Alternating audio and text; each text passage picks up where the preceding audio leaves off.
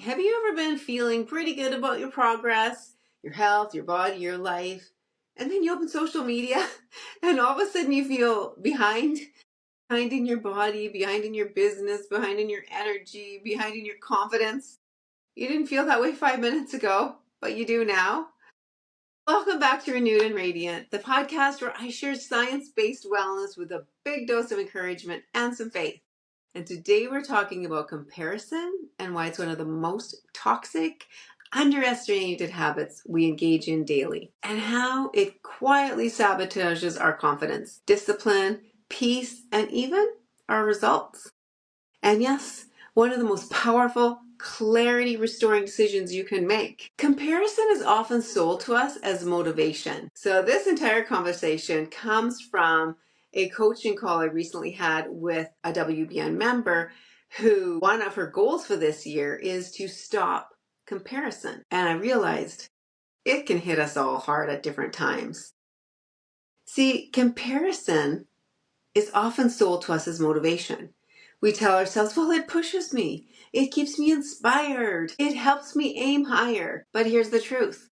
Comparison doesn't motivate most women. It drains them. Because comparison does three very dangerous things. Disconnects you from your own progress. It creates this urgency in us where really we should be having patience. And number three, it makes you question your worth instead of refining your process. When you're constantly measuring yourself against someone else's body, timeline, lifestyle, their highlight reel, you stop listening to your own body. And when you stop listening to your own body, you stop making aligned decisions. You start forcing, you start rushing, you start quitting when your results don't match what you see as someone else's pace. And that's where comparison becomes costly. So let's talk about why this becomes even more dangerous in midlife. Your body is not the same as it was at 25. Your hormones are different, your stress tolerance is different, and your recovery capacity is different. Your life responsibilities are different. But social media does not reflect that nuance. You're comparing your perimenopausal body or menopausal body to someone on a different hormone profile. Your real life to someone else's curated, filtered moments. Your healing season to someone's highlight season. And subconsciously, the message you internalize is, I should be further along. And that belief also increases stress hormones. It increases self-criticism and it decreases consistency.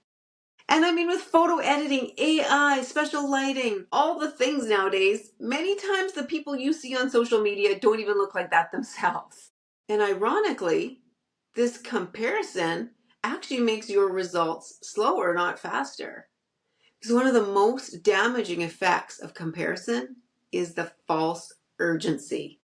Because we see what appears as fast weight loss, bigger transformations, more dramatic before and afters. And suddenly you feel the pressure to cut calories too low or to overtrain, spending hours in the gym, skipping the foundational work, or jumping to the next pill, potion, or poke. Comparison can make us believe if I'm not seeing dramatic results quickly, something is wrong with me. No, what's wrong is the comparison. Sustainable results are quiet. They're consistent. And you know what? They're even often boring before they're actually visible. Comparison pulls you out of the long-term thinking and into more emotional decision making. And emotional decision making is where most women sabotage themselves. Here's the part that we don't talk about enough. Comparison doesn't just affect your habits, it literally affects your identity. When you compare constantly, you start to believe things like you're behind, or that you're not disciplined enough, or that you're just not built like them, or that you're failing, even when you are progressing. And once you identify as behind, your actions follow that belief. You stop showing up fully. You second guess good decisions.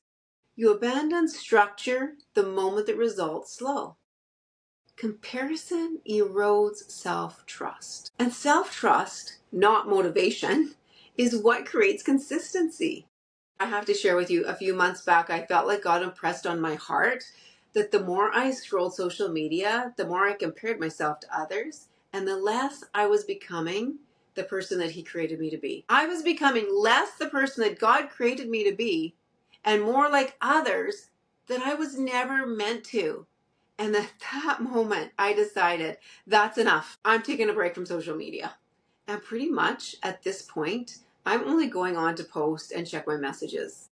I have to tell you, it really is so freeing. And I have so much free time because I'm not sitting there for hours time, wasting time scrolling through social media. And I'm not messing with what's going on in my head because of what I'm seeing on social media and the whole comparison trap. See, most comparison today is not happening in real life. It's happening on a screen. Social media is an algorithm comparison machine. It shows extremes. It shows the best angles, the best lighting, the best days, and the best moments.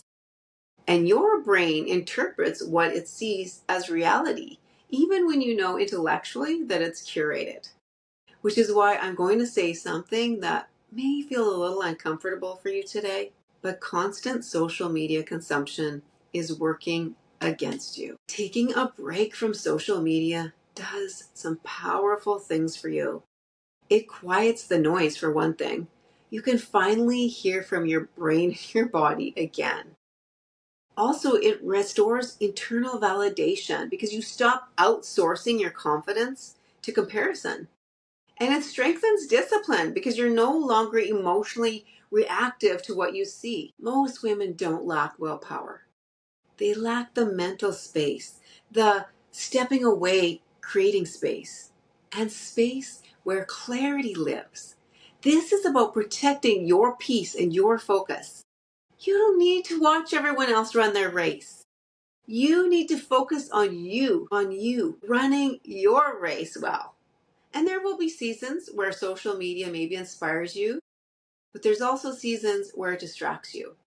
And wisdom is knowing the difference. So here's something you may want to join me in. Taking 30 days off social media or removing the apps from your phone and only accessing them very intentionally. Replacing scrolling with getting outside for some fresh air walks.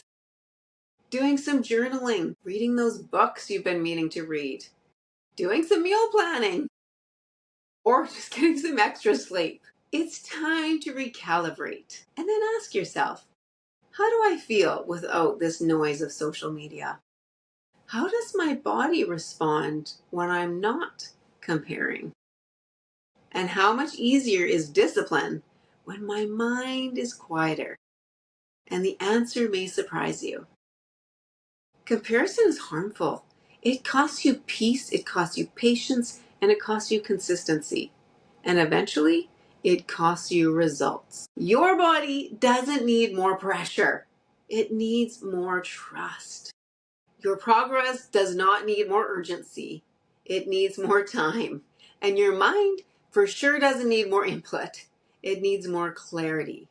And if stepping away from social media for a season helps you reclaim those things, it is so worth it.